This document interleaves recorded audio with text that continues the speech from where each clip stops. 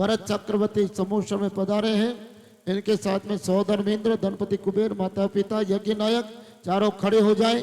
अपने हाथ में अर्घ लीजिए और बड़ी भक्ति से भगवान आदिनाथ स्वामी के केवल ज्ञान कल्याण का अपन अर्घ चढ़ाएंगे। हाँ बोलो कमले जी, पंडित जी अर्घ बोलो। बोलिए भगवान के केवल ज्ञान कल्याण महा महोत्सव की। पूरे मतालपुर के मन जब कहीं न लगे। दोनों हाथों को उठा लीजिए सारे लोग। अरे मन जब कहीं न लगे तो समो शरण आना। वहीं से सोचो संसार कर रहा है। जब कहीं न लगे तो समो शरण आना और आगे मेरे प्रभु जी के चरणों में रम जाना।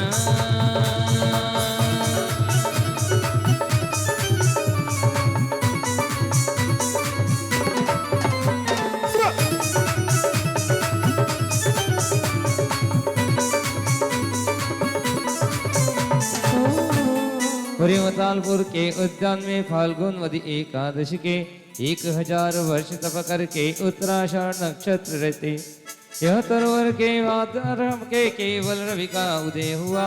यह अशोक तरु अनाजु में समो शरण धन देव किया। ओम ह्रीं फारूं दश कृष्ण एकादश्याम ज्ञान कल्याण प्राप्ताय से वृषभ देव जिनेन्द्राय अनर्घ्य पद प्राप्ताय हरिजम निरुपामिति स्वाहा। आइए पूर्णार्घ लेंगे 24 तीर्थंकरों के केवल ज्ञान कल्याण का। केवल ज्ञानी के श्रीव्यार उपदेश किया स्वयमेव घटे बिन इच्छा प्रभु के ध्वनि कीर्ति भव्यों का हो पुण्य जबे। भूख तृषाधिक बाधा नहीं अतएव न कबुलाहार उन्हें भक्ति भाव से मैं नित पूजू केवल ज्ञान कल्याण दिने। ओम ह्रीं केवल ज्ञान कल्याण प्राप्ताय चतुर्विंशति तीर्थंकरेभ्यो नमः अनर्घ्य पद प्राप्ताय अर्घ्यम निरुपामिति। सभी भगवान को नमोस्तु करें, सभी अपने स्थान पर विराज जाएं। बोले तीर्थंकर भगवान के दिव्य समावसरण की, वृषभ सेन महाराज की, वृषभ सेन के रूप में विराजमान चतुर्थ पट्टाधीश आचार्य सुनील सागर महाराज की। हाँ भरत चक्रवर्ती सभी विराजिए। भरत चक्रवर्ती भगवान ऋषभ देव के समूह शरण में प्रथम श्रोता होते हैं। वे प्रभु से 60,000 प्रश्न करते हैं और उनके 60,000 प्रश्नों का जवाब देवी देशना के माध्यम से प्रभु उन्हें देते हैं। हे भगवान नमोस्तु नमोस्तु नमोस्तु। हे भगवान संसार के प्राणियों का मोक्ष का मार्ग प्रशस्त करें। नमोस्तु नमोस्तु नमोस्तु। हे भगवान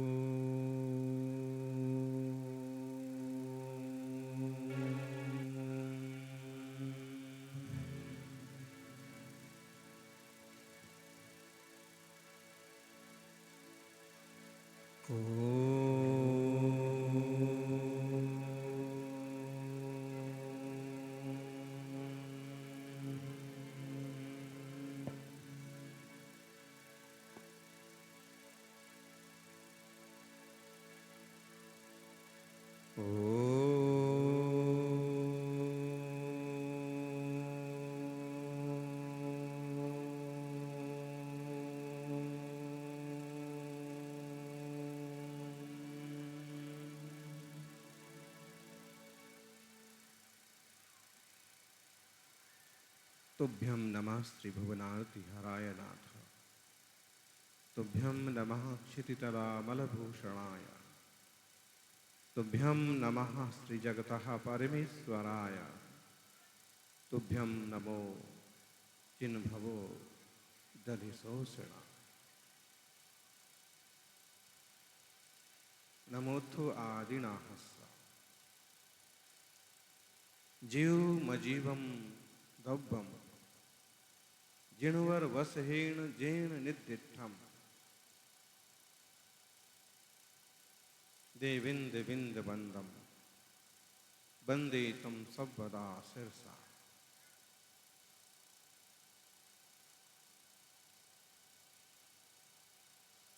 मग्गो मग्ग फलम तीय दुविहम जिण शासने समखादम मग्गो मुखो वाओ तस् फलम होई निब्बाण। मग्ग तहाय मग्ग फलम दुबिहा जिड़ साषणे समखादा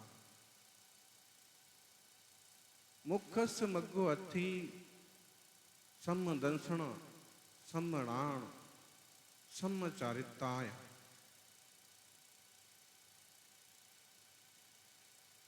मग्गस फलम अथी मुख परिपूर्ण अपशुद्धि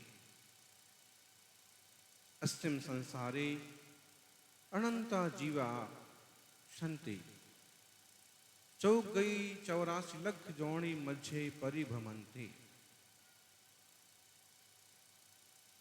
तम जहां जो खलु संसार अथो जीवो तत्तो दुहोदि परिणामो परिणामादो कम्मम कम्मादो होदि गदि सुगदि। गदि मदि गदस्स देहम देहादो इंद्रियाणि जायन्ते ते हिंदु विषय गहणम तत्तो रागो वा दोषो वा।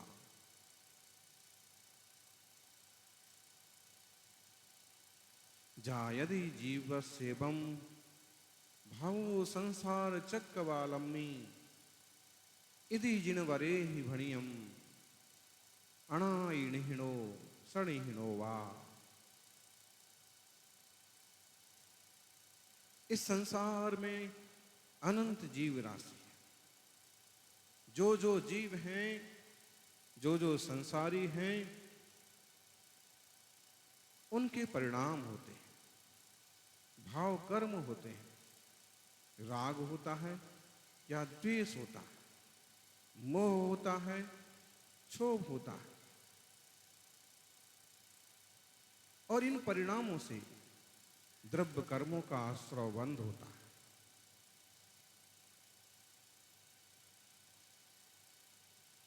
जब कर्मों का आश्रव बंद होता है तो उसके द्वारा जीवों को फिर नई गति मिलती है, सुगति मिलती है, कुगति मिलती है।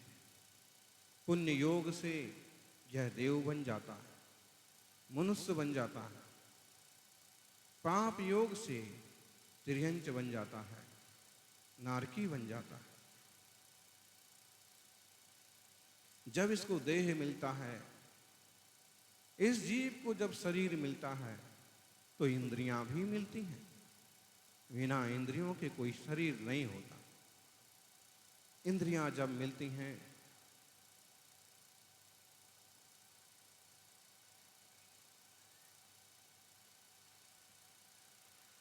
तो इंद्रियों के लिए विषयों की चाहना होती है। इंद्रियां विषय मांगती हैं। स्पर्श रस गंध वर्ण आदि में लोलुपी होकर के ये जीव तरह तरह के होते परिणाम करता।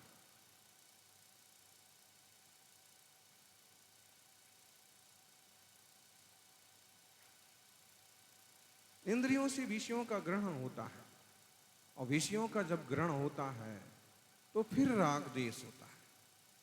जो विषय अच्छे लगते हैं उसमें यह रागिष्ट होता है, जो विषय बुरे लगते हैं उनमें ये द्वेष करता है और फिर से राग द्वेष करने से फिर से नई गति बांधता है, फिर से नई आयु बांधता है।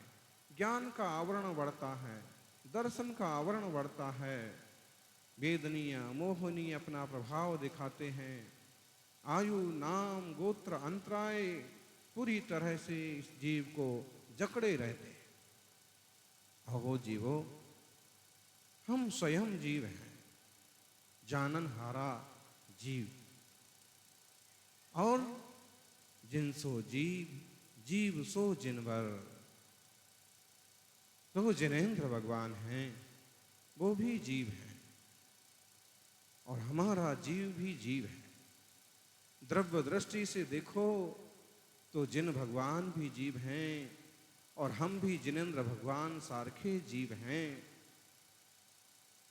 भूल यहाँ है कि वे निर्विकारी हो गए और हम आज भी विकारों में पड़े हैं।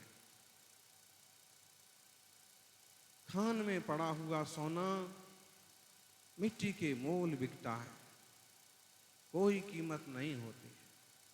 लेकिन जब वही सुद्रव्य क्षेत्र काल को पाकर के योग्योपादान योगेन द्रष्टाः स्वर्णता मता द्रव्यादि स्वादि संपत्ता बात्मनोप्यात मता मता, योग्य द्रव्य क्षेत्र काल को पा करके जैसे मिट्टी भी सोना हो जाती है, निखार निखार करके तपा तपा करके मिट्टी अलग और सोना अलग कर दिया जाता है, ऐसे ही कोई भाग्यशाली जीव अपने चेतन को अलग कर लेता है और कर्म नो कर्म पुद्गल परमाणुओं को अपने से भिन्न कर देता है। यह जीव अजीव से आगे बढ़कर आश्रव बंध का निरोध कर संबर साध कर कर्मों की निर्जरा कर मोक्ष पाता है। इसलिए प्रयोजन भूत सात तत्व सभी को समझना चाहिए। जीवा जीवाश्रव बंध संबर निर्जरा मोक्षास तत्व, इन सात तत्वों का भली भांति अवगाहन करो। हूँ आत्मा छूं पुद्गल नथी, आश्रव बंध दुखनो कारण छे, संबर निर्जरा कल्याणनो साधन छे। जीवो सर्वात संसारात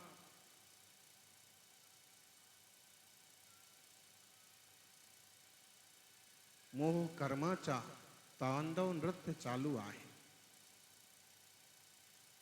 सर्व जीव मोहाधीन आहे।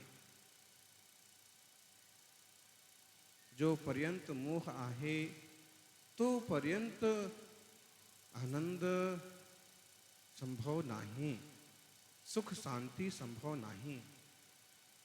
जीव का स्वभाव नहीं है मोह, मोह विकार है विभाव। जीव का स्वभाव जानन जानन मात्र। गजबनी बात छे, आ जीव आ आत्मा पोते ज आत्मा छे, पण पोतानी ज खबर नहीं। इस जीव का स्वभाव ज्ञान है, लेकिन इस जीव को अपने ज्ञान स्वभाव की ही खबर नहीं है। इस ज्ञान से हम सब कुछ जानते हैं।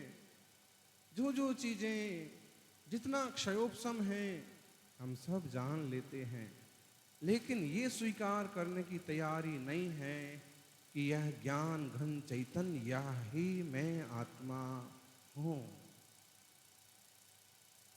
कम में नो कम मम्मी अहमिदि यह कम च कम्मणो कम्मम, जा ऐसा खल बुद्धि अपड़ी बुद्धो हवदीताओ।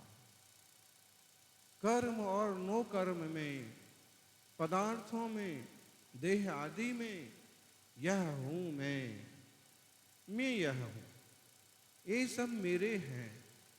जब तक इस तरह की बुद्धि रहती है तब तक यह जीव अप्रतिबुद्ध है। ज्ञानी बुझा सावधान हो, घर किसी के साथ नहीं जाता, धन किसी के साथ नहीं जाता, परिवार किसी के साथ नहीं जाता, यहाँ तक कि तन भी किसी के साथ नहीं जाता। जहां देह अपनी नहीं तहां ना अपना, देह पण मारू नहीं। आ शरीर पण माझा नहीं।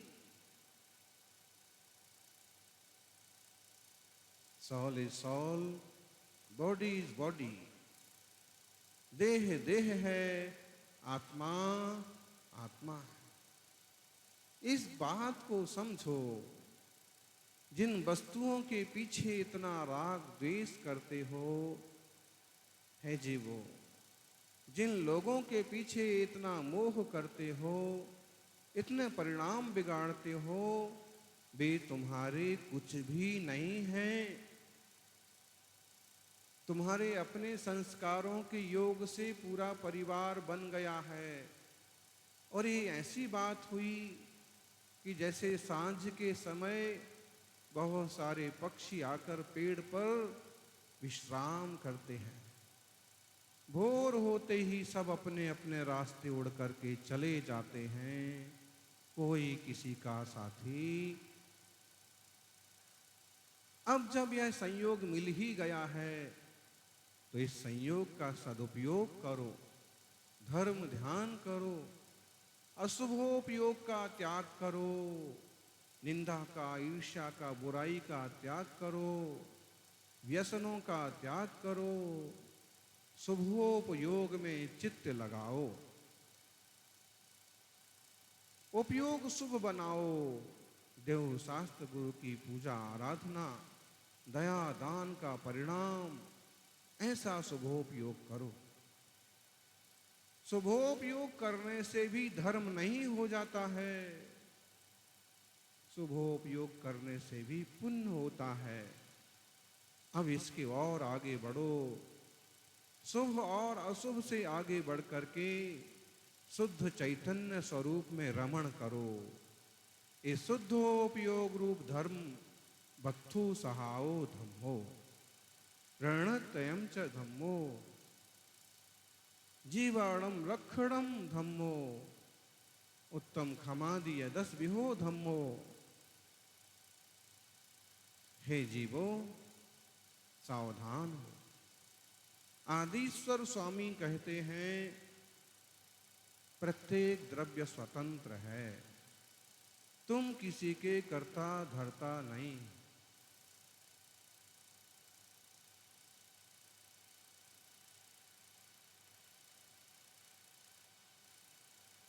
मी जाणणारा आहे, मी कोणाचा कर्ता धर्ता नाही च।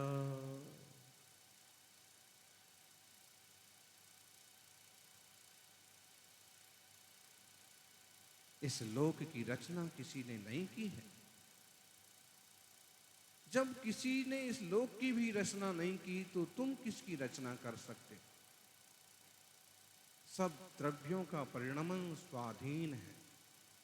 निमित्त नैमित्तिक रूप से कुछ होता हुआ देखा जाता है, और तुम इस चीज का अहंकार करते हो, बस इसी से बांधे जाते हो, पकड़े जाते हो।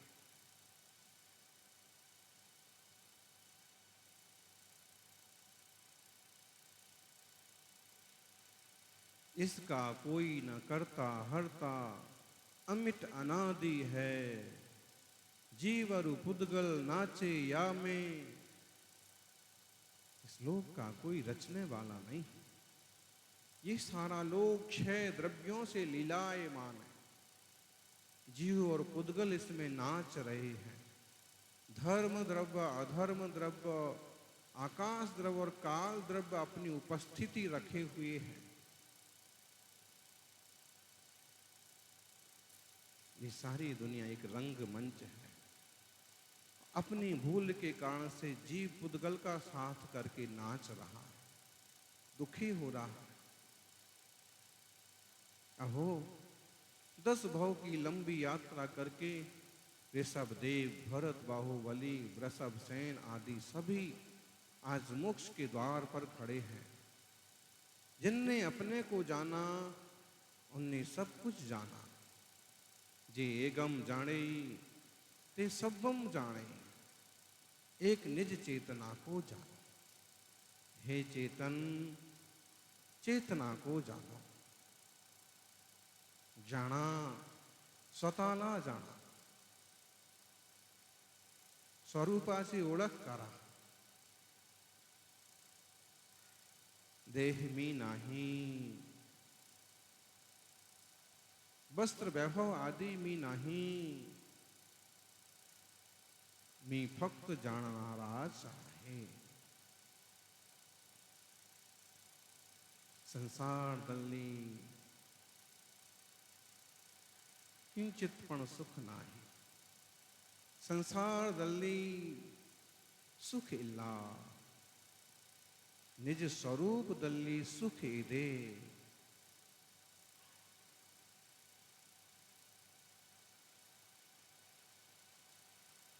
सौभाग्यशालियों, इस एक मानव पर्याय का उपयोग इस संसार से मुक्त होने के लिए क्यों नहीं करते? अमीर बनने के लिए इस पर्याय का उपयोग कर रहे हो, वैज्ञानिक बनने के लिए, कलेक्टर बनने के लिए, धर्मात्मा, अहो जीवो, दुनियादारी का सब कुछ बनने के लिए इस पर्याय का समय बर्बाद किए जा रहे हो.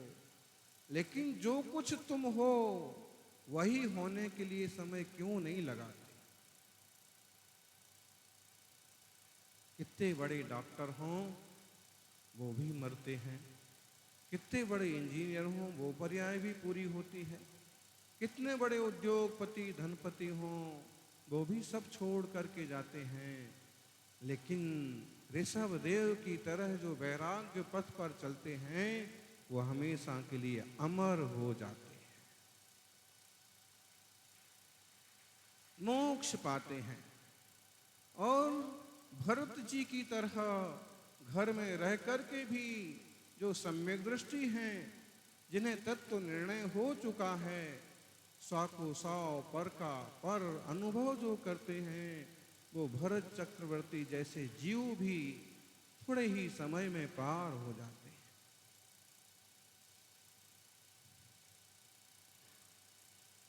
अहो,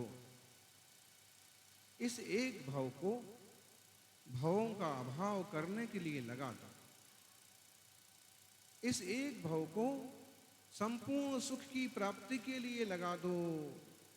इंद्रिय सुख तो किसी के भी नहीं हुए. अगर इंद्रिय सुख में सुख होता तो तीर्थंकर क्यों छोड़ के जाते? इंद्रिय सुख सुखाभास है. सुख है आत्म स्वरूप में, निराकुलता में. इसलिए आकुलता बढ़ाने वाले काम मत करो. संसार का बढ़ना रे नर देह की ये हार है.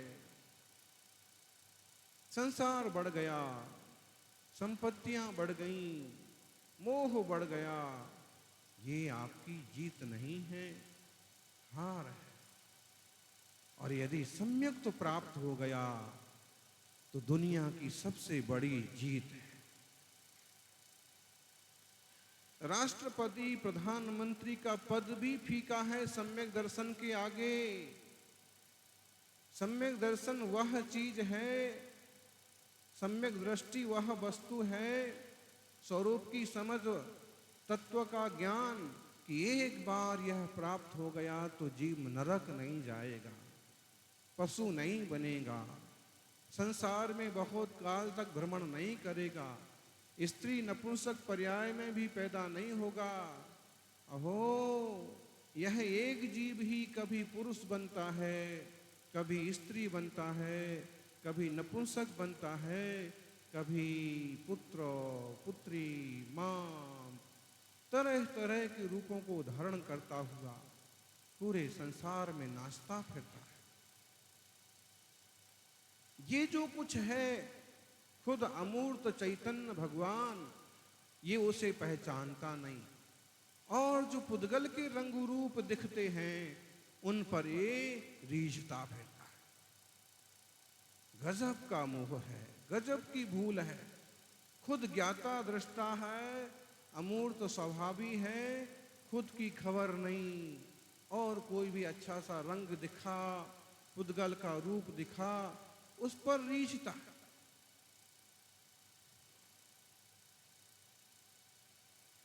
दूसरों के रंग रूप पर रीझता है.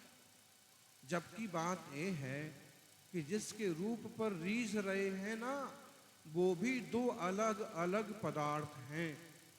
एक तो उस जीव में, एक तो उस देह में रहने वाला आत्मा, और दूसरा वो पुद्गल का देह है। जिस रूप पर रीझे हो, अगर उसे कैंसर हो जाए तो रूप यहां धरा रह जाता है और जीव निकल के, इसलिए रूप पर मत रीझो। रूप पर रीझने वाले संसार में अटकते हैं और स्वरूप पर रीझने वाले मोक्ष पाते हैं। स्वरूप पर रीझो, स्वरूप को जानो, स्वरूप में रम जाओ, जम जाओ। प्रथमानुयोग अनेक कथाओं के, महापुरुषों के चरित्र के माध्यम से समझाता है। पुराणों से समझ लो कैसे कैसे महापुरुष हुए और किस तरह से उन्होंने सम्यक पुरुषार्थ किया। खोटा कार्य करने वालों को खोटा फल मिला और अच्छा करने वालों को अच्छा। कर्णानुयोग कहता है परिणाम संभालो, लोकालोक का विस्तार जान लो, इस अपार संसार में तुम्हारी स्थिति समझ लो। गुणस्थान वगैरह को ध्यान में लो। 14 गुणस्थान होते हैं और आज तक तुम पहले गुणस्थान से भी बाहर नहीं गए।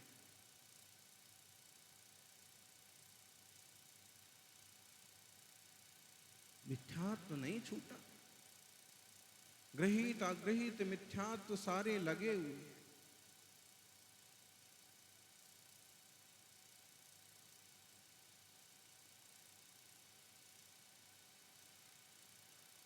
पहले गुणस्थान से एक बार निकल जाए तो 84 लाख योनि से निकलने का रास्ता खुल जाए। बस इससे तो बाहर निकले। कभी पुलिस वाले पकड़ ले जाएं, अब आप सोचते हैं एक बार तो इस जेल से बाहर निकल जाएं, फिर कोई ना कोई रास्ता सोच लूंगा, कोई तरीका सोच लूंगा इस संकट से बचने का। एक बार तो निकल जाएं। अरे किसी कमरे में, किसी जेल में 8-15 दिन बंद कर दो तो आपके प्राण संकट में पड़ जाते हैं। मिथ्यात्व की जेल में अनंत काल से पड़े हो, इसकी खबर नहीं। अपनी खबर लो, खुद की खबर लो। जिन धर्म तो जन जन का धर्म है, वस्तुनिष्ठ विज्ञान वाला धर्म है, जीव मात्र का धर्म है। ये कोई संकीर्ण संप्रदाय नहीं है कि थोड़ी सी पूजा कर ली सो धर्म हो गया, थोड़े अलग तरह के कपड़े पहन लिए सो धर्म हो गया, थोड़ा नाच कूद लिए सो धर्म हो गया। ये वस्तुनिष्ठ विज्ञान वाला धर्म है। तुम क्या हो, तुम क्या हो सकते हो, रियल स्थिति विश्व की क्या है, ये दिखाने वाला जिन शासन है। जैनों का नहीं है। ये तो जिनने इसे स्वीकार कर लिया वो जैन कहलाने लगे। लेकिन ये ऐसा रास्ता है जिससे हर एक आत्मा परमात्मा बन सकता है, संसार के दुखों से हमेशा के लिए मुक्त हो सकता है। अरे मोह मिट गया तो सब मिट गया। सारा रोना तो मोह का है। कुछ लोगों को अपना मान लिया और उन कुछ लोगों को तकलीफ आई, दुखी आप होते हो, और बाकी किसी पर संकट आए तो तुम्हें कोई फर्क नहीं पड़ता। इसका मतलब ये तुम नहीं, तुम्हारा मोह बोलता है। जिस स्त्री के पीछे जान देने को तैयार हो, अगर मालूम पड़ जाए कि वो लड़की किसी और के पीछे लगी है तो तुम जान लेने को तैयार हो जाओ। ये मोह का महात्मा जिनवाणी समझाती है, जानो, समझो और आत्म कल्याण के पथ पर बढ़ो। इस विश्व में इंसानों को जीने के लिए पानी जितना जरूरी है, हवा जितनी जरूरी है, मोक्ष जाने के लिए जिन शासन भी उतना ही ज्यादा जरूरी है। ये मार्ग है, ये संप्रदाय नहीं है, ये रास्ता है। और इस रास्ते को जो भी समझ लेगा वो अपने को कुछ कहे ना कहे, लेकिन वो भव पार हो जाएगा। जैन लिखो मत लिखो फर्क नहीं पड़ता है, बुद्धि बदल लो इससे फर्क पड़ता है। सौभाग्यशालियों, आज हम समो क्षण में बैठे हैं और जिन जीवों के 10-10 भाव के संयोग थे, उनमें से अनेक जीव आज मोक्ष के द्वार पर खड़े हैं, मुक्त हो रहे हैं। हम भी इस मंगलमय जिन ध्वनि को सुन करके अपने आत्म स्वरूप का कल्याण करें। शुद्ध हो, बुद्ध हो, नित्य हो, निरंजन हो, हमेशा हमेशा के लिए राग आदि के संकट से मुक्त हो, यही मंगल भावना।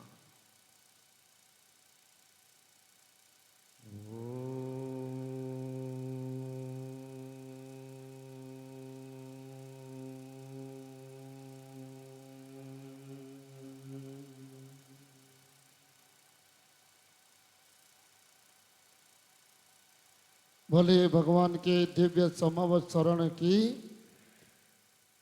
आदिनाथ भगवान की, प्रथम गणधर वृषभ सेन स्वामी की, वृषभ सेन गणधर के रूप में विराजमान चतुष्पट्टादि चरिया चक्रवर्ती प्राकृताचार्य सुनील सागर जी गुरुदेव की, चतुर्विद आचार्य संघ की, भगवान जिनेन्द्र की देवी देशना हुई। जिन भी महानुभावों के मन में कोई प्रश्न हो, कोई जिज्ञासा हो, वो अपने प्रश्न जिज्ञासा यहाँ पर कर सकेंगे। मात्र 10 लोगों को समय दिया जाएगा। हाँ, भरत चक्रवर्ती जी उठो, आपका पहला प्रश्न करो। समूह शरण में सबको का मौका मिलता है, सब आ जाइए। जिनकी हे जिज्ञासा भगवान, हो, नमोस्तु, लगातार जब तक नमोस्तु, चलता रहेगा नमोस्तु। तब तक समाधान मिलता रहेगा। हे भगवान, नमोस्तु नमोस्तु नमोस्तु। हे भगवान, मैं चक्रवर्ती भरत शर्म शरीरी हूँ, फिर भी मैंने बाहुबली से युद्ध व चक्र क्यों चलाया? जीवों के कुछ योग संयोग होते हैं, नियोग होते हैं, परिणामों के खेल होते हैं। जिस भूमिका में भरत चक्रवर्ती हैं, जिस भूमिका में बाहुबली हैं, वो केवल सम्यक दृष्टि है, केवल देशव्रती कह सकते हैं, महाव्रती नहीं है। इसलिए भूमिका के अनुसार उन्हें भी राग आदि का आना संभव है। इतने बड़े सचखंड के स्वामी का अपमान हो, सब जगह सम्मान मिले और अपने ही भाई अपमान करने लग जाएं, तो सारी चीज़ें भूल जाती हैं और अस्त्र शस्त्र भी उठाने को तैयार होते हैं। इसमें आपके पुराकृत कर्मों का और भूमिका का ही दोष है। ओम। बाकी न चक्र साथ में जाना है, ना 6 खंड साथ में जाना है। बाहुबली भी मोक्ष जाएंगे, भरत भी मोक्ष जाएंगे। ओम। हाँ संतोष जी, प्रश्न कीजिए आपका अपना।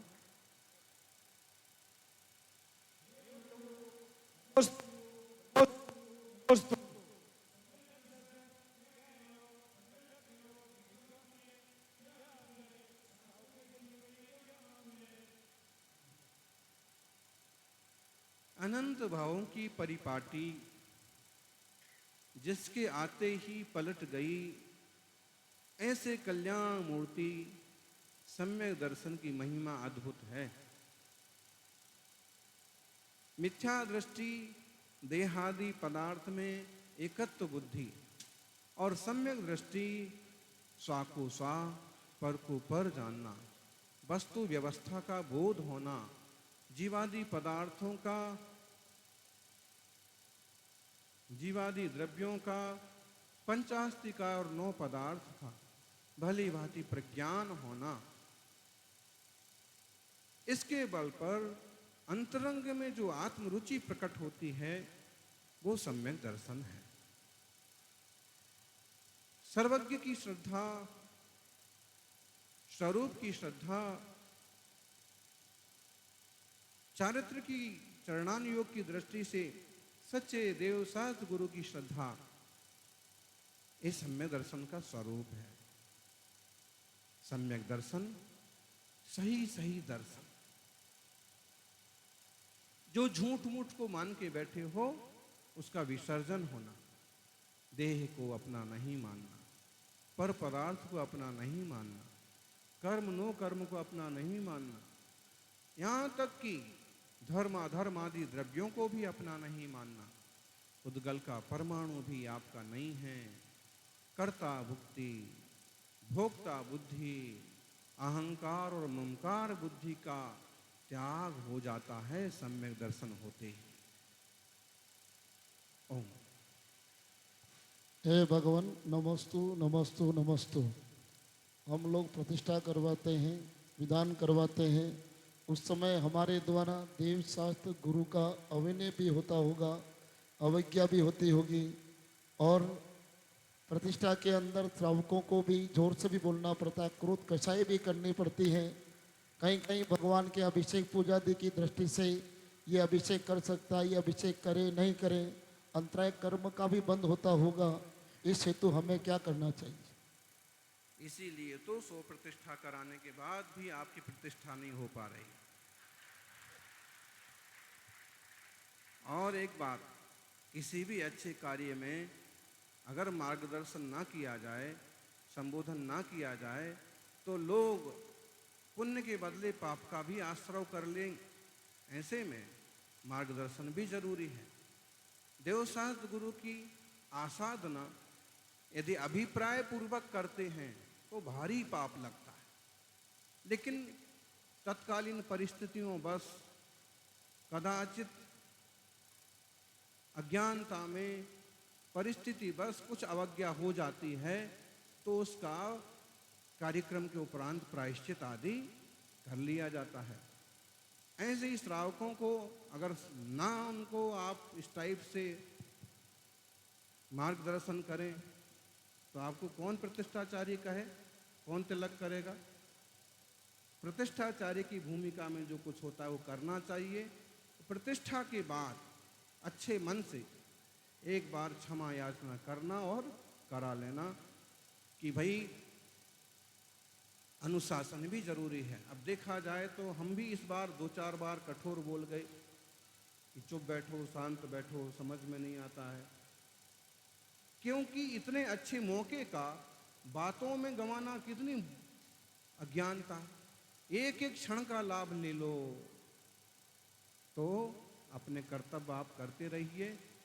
कहीं कोई त्रुटि नजर आती है तो गुरुजनों से प्रायश्चित आदि लेके और संघ समाज से क्षमा मांग के रास्ते पर बढ़ते रहिए। नमस्तु भगवान। हाँ भाई, आइए आगे, तैयार रहिए, जिनको प्रश्न करना हो। जल्दी जल्दी करिए और अपने मन की जो भी जिज्ञासा है शास्त्र संबंधी, जल्दी आ जाइए आगे आगे। कितने पीछे बैठे हैं, आगे आ जाइए, सीधा मंच के पास। आचार्य भगवान की पावन चरणों में त्रैबार नमस्तु। भगवान, आजकल युवाओं का प्रश्न होता है कि आत्मा क्या होती है, अकर्तापन क्या होता है, पुनर्जन्म क्या होता है, तो इसका कैसे श्रद्धान करें, ऐसा मार्गदर्शन प्रदर्शित करें। नमस्ते। चंपापुर चतुर्मास में दोपहर को बैठे थे, एक युवक आया और कहने लगा कि महाराज जी अब मैं मरने जा रहा हूँ। मैंने कहा क्या हुआ? उसने कहा कि संसार में मेरा कोई नहीं, मैं तो नास्तिक हूँ, आत्मा बात्मा कोई चीज़ नहीं होती है। अभी तक अंधेरा था, अचानक से लाइट आ गई, बल्ब जल गया। हमने उससे पूछा ये क्या है? उसने कहा कि अभी तक बल्ब में एनर्जी नहीं थी, लाइट नहीं थी, लेकिन लाइट आ गई तो बल्ब जल गया। हमने समझाया, ऐसे ही जब तक शरीर में आत्मा रहती है तब तक शरीर चलता फिरता है, आत्मा निकल जाती है तो बुझे बल्ब की तरह है इसका भी हाल होता है। आत्मा है वह ज्ञान से, दर्शन स्वभाव से जाना जाता है, चेतना से पहचाना जाता है, और यही पुनर्जन्म भी होता है। देखो, बच्चे को दूध पीना ना सिखाया जाए तो भी सीख जाता है। जानवर का बच्चा भी आते ही खाने पीने के लिए मड़राने लगता है। इसका मतलब पिछले जन्म के संस्कार हैं। तो युवा धन भी जिन वाणी का स्वाध्याय करें। आत्मा शाश्वत वस्तु है, ध्रुव विज्ञान स्वरूप, तू क्यों पुद्गल अनुभवे, भूल आपका रूप। एक कबूतर कौन है? ये भी कोई ना कोई वो लोग हैं जो इस घर में, इस गांव को पसंद करते थे। अब आकर के उसी घर को, उसी गांव को, उसी घोंसले को चुनते हैं। कुत्ता कहीं पैदा होता है, घूम फिर करके आपके द्वार पर ही क्यों आ जाता है, अमुक गली में ही क्यों बैठता है? कुछ ना कुछ लेना देना है, कोई ना कोई संस्कार है। और जाति स्मरण के कई प्रसंग आप लोगों को आए दिन पढ़ने सुनने को भी मिल जाते हैं। तो आत्मा है, शाश्वत है, गति कुगति होती है, पुनर्जन्म होता है। गंभीरता से समझने के लिए मुनियों के पास बैठ करके शास्त्रों का स्वाध्याय करिएगा। ओम। नमस्ते महाराज जी, मेरी जिज्ञासा एक छोटी सी है। महाराज जी के जो चौके में जो हम चंदोबा बांधते हैं ऊपर, वो कितना जरूरी है, या बांधना चाहिए या नहीं बांधना चाहिए? टोपी कितनी जरूरी है? जरूरी नहीं। नहीं है जरूरी तो दे दो उतार करके पंडित जी को। बुस्सट कितनी जरूरी है? जी महाराज जी, ये मतलब इसको समझो आप। जैसे सर पर टोपी लगी रहेगी तो अचानक से कुछ गिरे पड़े तो चोट नहीं लगेगी। सर पर अगर कुछ बंधा रहेगा तो अचानक से कोई चीज उड़ करके आए तो भी नुकसान नहीं होगा, धूप नहीं लगेगी, धूल नहीं लगेगी, और सम्मान का भी प्रतीक है। अब टोपी उतार दी, कैसा लगा आपको? अच्छा, इसी को और कोई बाजार में आपकी टोपी उछाल दे, बड़ा होशियार बनता है, टोपी लगा के घूमता है राख, कैसा लगेगा? वर्षों के लिए खुन्नस खा जाएंगे, इसने ऐसा किया। तो ये टोपी सम्मान का भी प्रतीक है, सुरक्षा का भी प्रतीक है, और बचाव का भी साधन है। ऐसे ही चंदोबा कि अगर घर मान लीजिए कच्चा है कि पक्का है, लेकिन कहीं से कुछ अचानक ऊपर से गिरा, छिपकली चलते चलते वहां आई और चूक करके गिरी, तो कहाँ गिरेगी? चंदोबे में गिरेगी। मुनिराज पधार रहे हैं, हम अब छाता तो उन पर लगा नहीं सकते, वो छाता तो लगवाते नहीं, लेकिन हमारे घर में क्या क्या सम्मान की व्यवस्था कर सकते हैं? ऊंचा पाटा, ऊपर चंदोबा, सम्मान का प्रतीक है। तो ऐसे करना चाहिए। और कहीं कभी नहीं हो पाता है तो कोई मुनि महाराज चला भी लेते हैं, बाकी श्रावक तो पूरा सम्मान करने की कोशिश करता है। ठीक है। नमस्ते महाराज जी। महाराज जी, एक जिज्ञासा और है। ये 1 person 1 question, this is my policy. नमोस्तु स्वामी जी, नमोस्तु। महाराज जी, विजयार्थ पर्वत की गुफा में जब 72 जोड़े ले जाए जाते हैं तो सुवृष्टि होने के बाद में वो 72 जोड़ा खुशियां मनाते हैं, तो बाकी जीवों को कहाँ पर, कौन सी पर्वत की गुफा में ले जाते? बड़ी फिक्र लगी हुई है इनको। अरे भाइयों, 72 जोड़े, बाकी जीव इधर उधर छुप जाते हैं, कुछ खोह में छुप जाते हैं, बहुत सारे जीव इधर उधर छुप छुपा करके बच जाते हैं। प्रश्न असली ये नहीं है, ढेरों मरते हैं जैसे चींटियां हैं। अब कुछ इधर छुप गई, कोई इधर छुप गई, कोई गुफा में छुप गई, कुछ अधमरे हो गए, कुछ बच गए, कुछ पांव से कुचलते गए। ऐसे ही उस समय हाल होता है कि कुछ तो सुनिश्चित रूप से सुरक्षित हो जाते हैं, बाकी सैकड़ों और भी सुरक्षित रहते हैं इधर उधर। लेकिन प्रश्न ये नहीं है कि उनका क्या होता है, प्रश्न ये है कि इस तरह के दुखों से हमेशा के लिए मुक्त कैसे हुआ जाए। ये तो बार बार परिणमन होंगे, जन्म मरण होंगे। तो शाश्वत दशा को पाने के लिए अपने को जिन तत्व समझना चाहिए, जिन वाणी समझना चाहिए, और निज चैतन्य स्वभाव को समझ के भाव से पार जाना। ओम। हाँ, जल्दी जल्दी उठ के आइए, हाथ मत उठाइए। हेलो, नमोस्तु भगवान, नमोस्तु नमोस्तु। गुरुवर आपने दीक्षा मार्ग क्यों चुना? संयम सर्वोत्कृष्ट है। इस संसार में सारी चीज सुलभ है। रुपया भी सुलभ हो जाएगा, सुंदर रूप भी सुलभ हो सकता है, अच्छा घर भी सुलभ हो सकता है, अच्छा गांव भी सुलभ हो सकता है, इंसान बन गए सबसे बड़ी सुलभता हो गई, अच्छा देश मिल गया, ये भी बहुत जीवों को मिल गया। लेकिन संयम की सुलभता सबके लिए नहीं है। वैराग्य सबको नहीं मिलता है, वेद विज्ञान सबको नहीं होता है। तत्व ज्ञान हुआ, वेद विज्ञान हुआ, स्वरूप की समझ हुई और संयम का मार्ग स्वीकार कर लिया, ताकि संसार परिभ्रमण ना करना पड़े। ओम। बार बार नमस्तु, बार बार नमस्तु। मैं खरगा से आया हूँ, पूरी समाज से नमस्तु करता हूँ। मैं मेरे घर में खड़का एक बार पैर पड़े गुरु का, यही मेरा भावना है। बस मेरी भावना पूरी हो, यही मंगल भावना करता हूँ। समाज से हाथ जोड़ता हूँ बार बार, सबसे गुरु से सबसे बार बार, यही मेरे मंगल भावना। सब प्रकार के देव आते हैं समोषण में। हे भगवान नमोस्तु नमोस्तु। हे प्रभु, वस्तु का स्वरूप समझने के बाद शंका तो कुछ रहती नहीं है। और सुनील सागर जी महाराज के जिनवाणी चैनल पर 8:40 से 9 बजे तक 12 महीना प्रवचन आते रहते हैं। उनको सुनने में वस्तु स्वरूप समझ में भी आता है, पूरी जिनवाणी समझ में आ जाती है। फिर भी साक्षात सुनील सागरी से मिलने का भाव क्यों आता है? ये राग है, वात्सल्य है, क्या है प्रभु? धर्मात्मा जीवों को मुनिराजों की संगति का भाव आता ही है। अगर आपको संसारी जनों से मिलने का राग आवे, रिश्तेदारों से मिलने का राग आवे, तो समझ लो अभी शुभोपयोग की कमी है, अशुभोपयोग है सत्ता में ज़्यादा। और अगर देवशास्त्र गुरु से मिलने का, दर्शन करने का, जिज्ञासा करने का, चरणों में बैठने का भाव हो, तो समझ लो शुभोपयोग के परिणाम आपके बढ़ रहे हैं। और ये शुभोपयोग के परिणाम आपको शुद्धोपयोग की तरफ ले जाने में भी कारण बन जाएंगे। धन्य हो।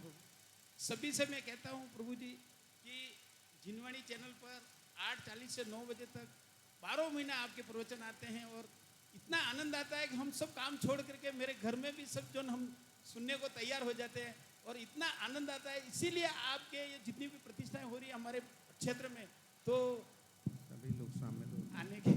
हाँ, ये है कि ये आपने बताया तो मुझे मालूम पड़ा कि 8:40 से 9 बजे तक आता है। बाकी उसके हमको मतलब लोग श्रावक करते रहते हैं। एक दिन एक छोटा बच्चा आया, मुश्किल से 1.5-2 साल का होगा, तो उसकी माँ ने उसको छोड़ दिया, जाओ चरण छू के आओ, ये छोटे छोटे हैं, इससे भी छोटा होगा। और वो सीधा ऊपर चढ़ के हमसे पूछता है, सुनील सागर जी आप टीवी में से चले क्यों जाते हो? आते हो तो ठीक है, चले क्यों जाते हो? तो ठीक है, मतलब छोटे बच्चों की भी रुचि कुछ ना कुछ है, बनती है, बनी रहे। ओम।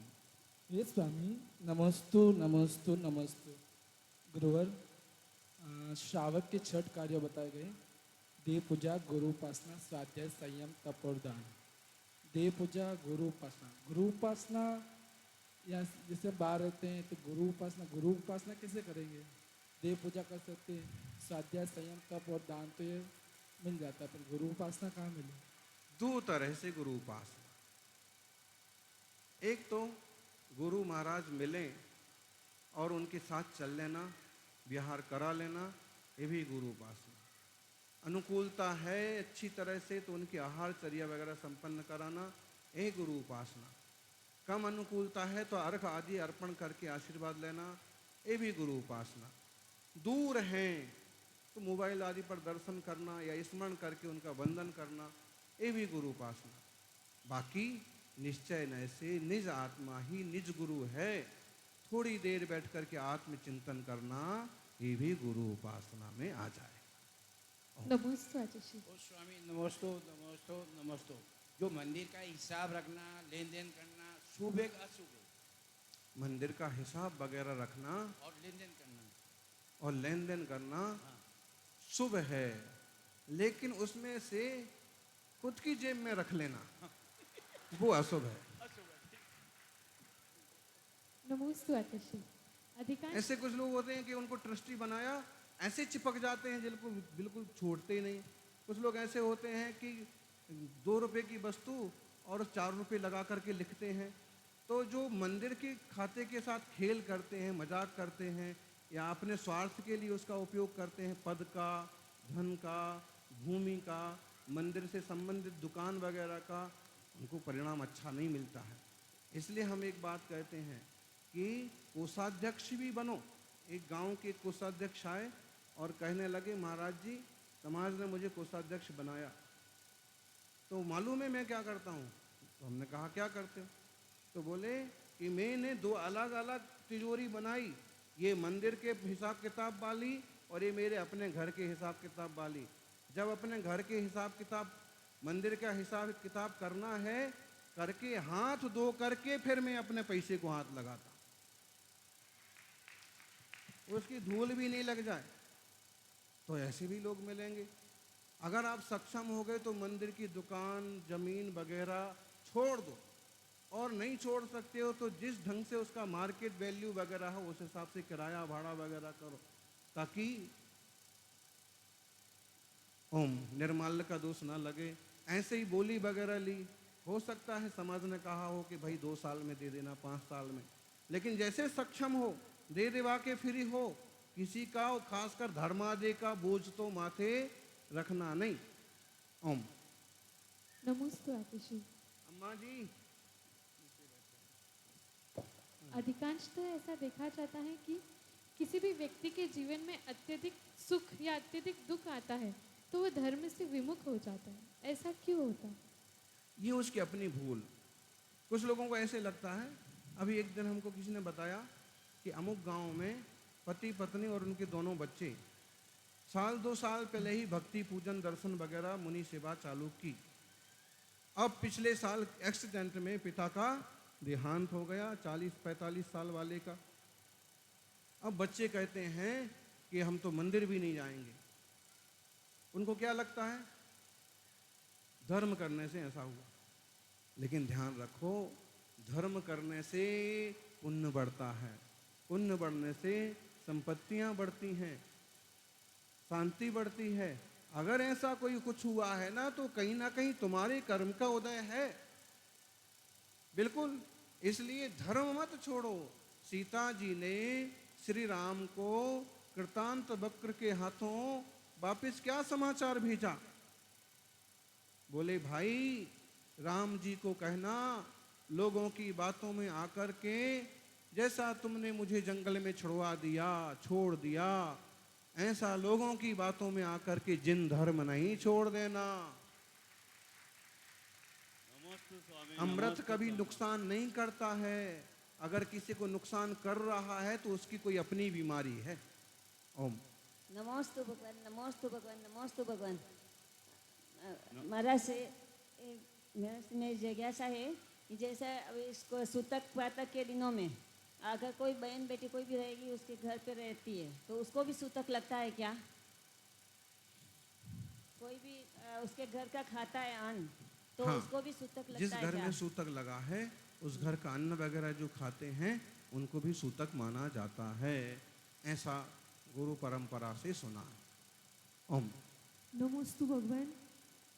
आजकल की युवक युवतियाँ जब इतनी सहनशीलता कम होती जा रही है कि कभी विद्यालय में पढ़ते हैं और अचानक वो फेल हो जाते हैं या नंबर कम आ जाते हैं तो वो या तो आत्महत्या करने की कोशिश करते हैं या अपना मुंह किसी को नहीं दिखाते या अंदर ही अंदर अपने आप को ग्रसित करते हैं, या फिर कुछ युवक ऐसी बुरी आदतों में फंस जाते हैं तो उन्हें कैसे स्थिर करें? क्या मार्गदर्शन देना? नमोस्तु भगवान। आत्महत्या किसी भी चीज का इलाज नहीं है। चाहे घाटा लग गया हो, चाहे अपमान हो गया हो, चाहे परीक्षा में फेल हो गए हो, चाहे घरवाली भाग गई हो, चाहे रिश्तेदारों ने धोखा दिया हो, चाहे पार्टनर ने सब कुछ छीन लिया हो, तो भी आत्महत्या तो किसी चीज का इलाज नहीं है। एक सुंदर सा अच्छा सा शरीर मिला है, इंसान का चोला मिला है। ये चीजें आती जाती जन्म जन्म में बहुत बार हो गई। इस जन्म में सब कुछ भी लुट जाए तो अभी एक जिन धर्म की आराधना करो, क्योंकि इस धर्म से स्वर्ग जैसी सोपान भी प्राप्त होते हैं। एक तत्व का निर्णय करो कि मैं आत्मा हूं, जैसे कर्मों का उदय है वैसा हो रहा है, मुझे इतनी जल्दी हताश होने की जरूरत नहीं है। ऐसे युवक युवतियां नशे में कूद पड़ते हैं, छत से कूद जाते हैं, व्यसनी हो जाते हैं, घर से भाग जाते हैं। ऐसी बेवकूफ़ी नहीं करो, बुद्धिमानी से विवेक से रास्ते सोचो। हो सकता है कि फेल होना भी लाभदायक हो। कैसे? पप्पू नाचता हुआ घर आया, पिताजी बहुत खुश हो गए, क्या बात है? लगता है कि 2 साल बाद पप्पू, 5 साल बाद पप्पू पास हो गया। पिता ने कहा क्या हुआ बेटे? बेटे ने कहा कि पिताजी खुशखबरी। तो क्या पास हो गया? ना ना पिताजी खुशखबरी सुनाओ। बोले इस बार आपको नया बैग नहीं लाना है, इस बार आपको नए जूते नहीं लाना है, इस बार आपको नए कपड़े नहीं लाना है, इस बार आपको नई किताबें भी, उन्हीं से काम चल जाएगा। नमोस्तु गुरुवर, नमोस्तु नमोस्तु। उसी क्लास में हूँ। पिताजी वैसे ही थे, बोले बेटा भले उसी क्लास में 10 साल रहो लेकिन फेल मत होना। नमोस्तु स्वामी, नमोस्तु स्वामी, नमोस्तु स्वामी। स्वामी मेरी जिज्ञासा यह है कि पंच कल्याणक में तथा अन्य धार्मिक प्रसंग में हाथी घोड़ों का जो सवारी के लिए इस्तेमाल किया जाता है जुलूस के लिए, उसमें अति भारारोपण के लिए तो मना किया है, बाकी मंगल स्वरूप में इन्हें रखना अच्छा माना जाता है। हम इनको रखने के लिए एक बार तो मना करते हैं कि मत रखो, फिर जब बात आती है कि मंगल भी होता है और अभिषेक के लिए जरूरी भी होता है तो 1-2 रखो, और उनके साथ भी इतना बढ़िया व्यवहार करो कि उनको वेदना ना हो। ऐसा ना हो कि एक हाथी है और 4-5 हाथी उसके ऊपर चढ़ गए।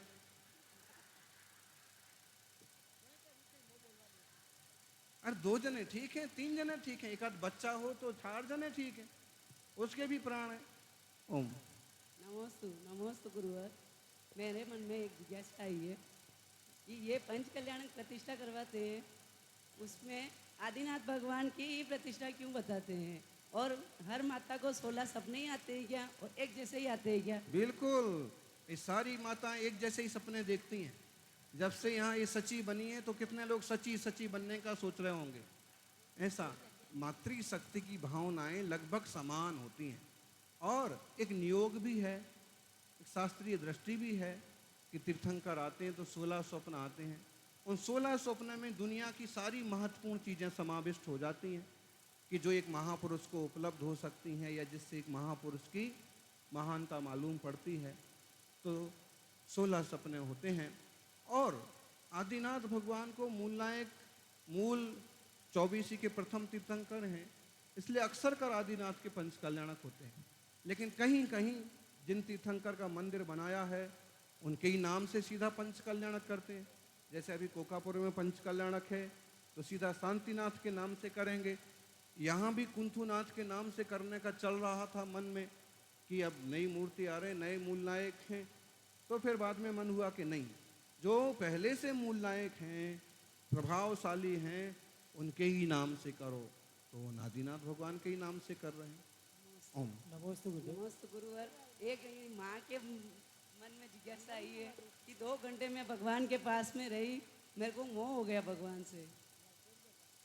यही समस्या आप लोगों की, इसलिए 1-2 दिन में हम भी यहाँ से चले जाएंगे।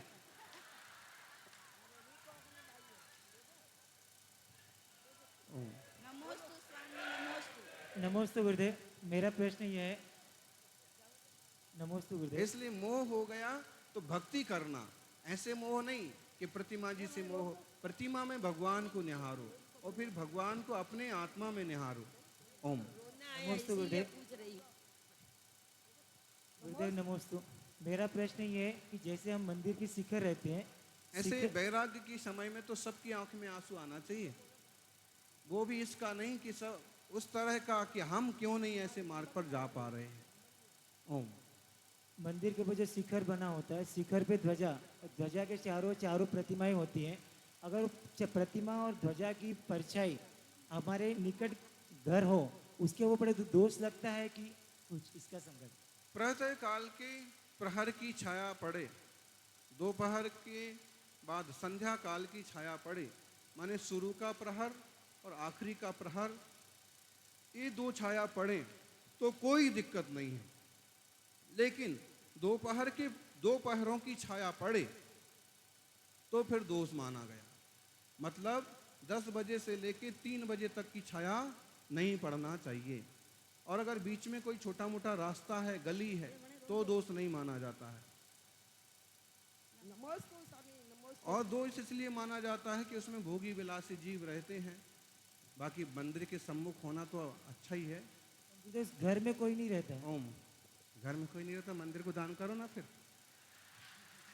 गुरुदेव के चरणों में त्रिबार नमस्तु। हे गुरुदेव, अंधेरी में शिखरबंद मंदिर कभी बनेगा? अंधेरी वाले जब उजाले में आएंगे तो शिखरबंद मंदिर बन जाएगा। हम लोगों को बहुत बार बोलते हैं कि मंदिर के आसपास वाला घर आपका है और कोई श्रावक उपयोग करने वाले हैं, या कहीं से आप अपने किसी छोटे मोटे रिश्तेदार को ला करके उसमें बसाओ, आपके उपयोग में तो आ नहीं रहा है, या फिर उसको मंदिर को दे दो। लेकिन किसी गलत हाथों में मंदिर के आसपास की प्रॉपर्टी नहीं बेचना चाहिए। नमोस्तु स्वामी, नमोस्तु स्वामी। मंदिर को भले बेच दो या दान दे दो। स्वामी, महिला अभिषेक करना चाहती है, करती है वो तुम्हारे पंचों से पूछो। पंचों से कैसे पूछे? आपसे पूछे ना। देखो, ये आजकल स्थितियां ऐसी हैं कि पूजा पद्धतियों के मामले में लोगों की अलग अलग तरह की सोच है। ऐसे में आपके गांव में, आपके मंदिर में किस तरह की परिपाटी है, किस तरह की विचार के लोग हैं, वैसे करो ताकि सब मिलजुल के रहें और शांति बनी रहे। ओम। गुरुदेव के चरणों में त्रिवार नमोस्तु। हे गुरुदेव, पिताजी स्वस्थ थे तब मुझे उन्होंने बोला कि कभी मैं अस्वस्थ हो जाऊं तो मुझे रात्रि पानी मत देना। और गुरुदेव मोहवश या अज्ञानवश मैंने रात्रि में उनको पानी दिया। तो आप रात्रि पानी का त्याग करके प्रायश्चित पूरा कर लो। नमस्ते गुरुदेव। जरूर गुरुदेव। हाँ, थोड़े से देख लो, गर्मी निकल जाए और अभी जमे तो अभी से रात्रि भोजन तो करना ही नहीं। भोजन तो नहीं करता हूँ। पानी भी अष्टमी चतुर्दशी को पानी वानी चारों आहार का तो त्याग पानी का करती हूँ। त्याग कर लो। भले गर्मी 1 महीना 2 महीना निकलने के बाद वो पानी रात में नहीं पीना, तो आपका विकल्प मिट जाए। चातुर्मास में 4 महीने पूरा रखूं मैं गुरुदेव, ऐसा रखूं? चातुर्मास के 4 चातुर्मास से चालू करना हमेशा के लिए। ठीक है बैठो। नमस्ते। अकाल मृत्यु क्यों होती है? कम उम्र में मृत्यु हो जाती है, क्यों होती है? होना होती है सो होती है। नमस्ते गुरुदेव। नमस्ते नमस्ते। ए अम्मा, आइसक्रीम नहीं है, बोलो जल्दी। बोल रहे महाराज जी, बोलने नहीं दे रहे महाराज जी। हम मंदिर में जो काम बाकी ये सासों को बड़ी समस्या होती है, खुद बोलती नहीं है और बोलती है बोलने नहीं दे रही। महाराज जी हमारा दोस्त है महाराज जी। नमस्ते नमस्ते। हमने जो मंदिर में जाते, पूजा पाठ अर्चना करते, उसके बाद कोई सामायिक सवादियाँ रह जाती, घर में भी आके करते, तो घर में आके टूका टूकी कोई मेहमान आ गया, वो मेरी बात है, मेहमान आ गया वो हो गया, इसको छोड़ दो, इसको करो, वो कैसा करना हमको शंका समागर पूरा छोड़ दो। चलिए, बम्बूरा के ठाकुर साहब आ गए। कोई भी आया नमस्ते गुरुदेव। अब एक बात समझो, आप श्राविका हैं, गृहस्थी हैं, और उसमें भी आप सास भी हैं, नानी भी हैं, दादी भी हैं। ऐसे में मंदिर जी जाते हैं तो इतना समय निकाल के जाओ कि वहीं घंटे 2 घंटे बैठ के सब चीज़ शांति से हो जाए। और अगर घर का विकल्प आया है, घर में आए हो, तो आपको सब काम संभालना होंगे। नहीं संभालेंगे तो भी अच्छी बात नहीं होगी, दूसरे लोग परेशान हो जाएंगे। तो संभाल लीजिएगा, कर लीजिए। नमस्ते गुरुदेव। मेरा ये प्रश्न है कि हमारे 24वें तीर्थंकर भगवान का जन्म हमारी भारत भूमि पर ही क्यों हुआ है? और भी देश हैं। तुम्हारा जन्म कहाँ हुआ? बली में ही हुआ। बली में ही क्यों हुआ? इस बागड़ में, मेवाड़ में, छप्पन में क्यों हुआ? राजस्थान में क्यों हुआ? इसलिए हुआ कि आपका कुछ पुण्य था, ऐसे मंच पर पहुंचने का मौका मिलने वाला था, इसलिए ऐसी भूमि में जन्म हुआ। तीर्थंकर ऐसा अपार पुण्य लेके आते हैं कि पुण्य भूमि भारत में उनका जन्म होता है। और देशों में इस तरह का सुंदर माहौल नहीं है, सदाचार नहीं है, शाकाहार नहीं है, शील नहीं है, और उनके जन्म के लिए चाहिए श्रेष्ठ मर्यादा पुरुषोत्तम शील संयम वाले माता पिता। हे त्रिलोकीनाथ, नमोस्तु नमोस्तु नमोस्तु। मेरा प्रश्न ये है कि दिगंबर जैन समाज में प्राय 84 जातियों का उल्लेख मिलता है। सभी जातियों का इतिहास देखा जाए तो ये सभी जातियां क्षत्रिय वंश से निकली है। सभी जातियां, विशेषकर मैं छप्पन, वागड़, मेवाड़ और मेवाड़ की बात करूं तो आपस में रोटी का व्यवहार तो है, बेटी का व्यवहार नहीं है। क्या समाज की एकता के लिए बेटी का व्यवहार नहीं होना चाहिए? भगवान, इन समाजों में आपस में बेटी का व्यवहार होने पर कोई धार्मिक दृष्टि से दोष आता है क्या? बेटी व्यवहार होना चाहिए कि नहीं होना चाहिए? यही मेरा प्रश्न है त्रिलोकीनाथ। अब 84 जाति बताई, उसमें 2 और जोड़ो, छोटी पार्टी, मोटी पार्टी। फिर उसमें 2 और जोड़ो, दशा, दुर्दशा। ये बात ठीक है कि 84 उपजातियां हैं। अगर हम पुरखों की बात माने और 84 उपजातियां रोटी का व्यवहार करें, बेटी का ना करें, तो कोई बात नहीं, क्योंकि ये परंपरा में ऐसे चल रहा है। लेकिन एक उपजाति में ही और 2-4 टुकड़े बना लिए, दशा, बीसा, छोटी पार्टी, बड़ी पार्टी, ये बिल्कुल गलत है। इन सब लोगों को आपस में रोटी बेटी का व्यवहार करके गृहस्थी को ठीक से चलाना चाहिए। ये महावीर कीर्ति जी कहते थे, इसलिए इसको हम डंके की चोट पर बोल रहे हैं।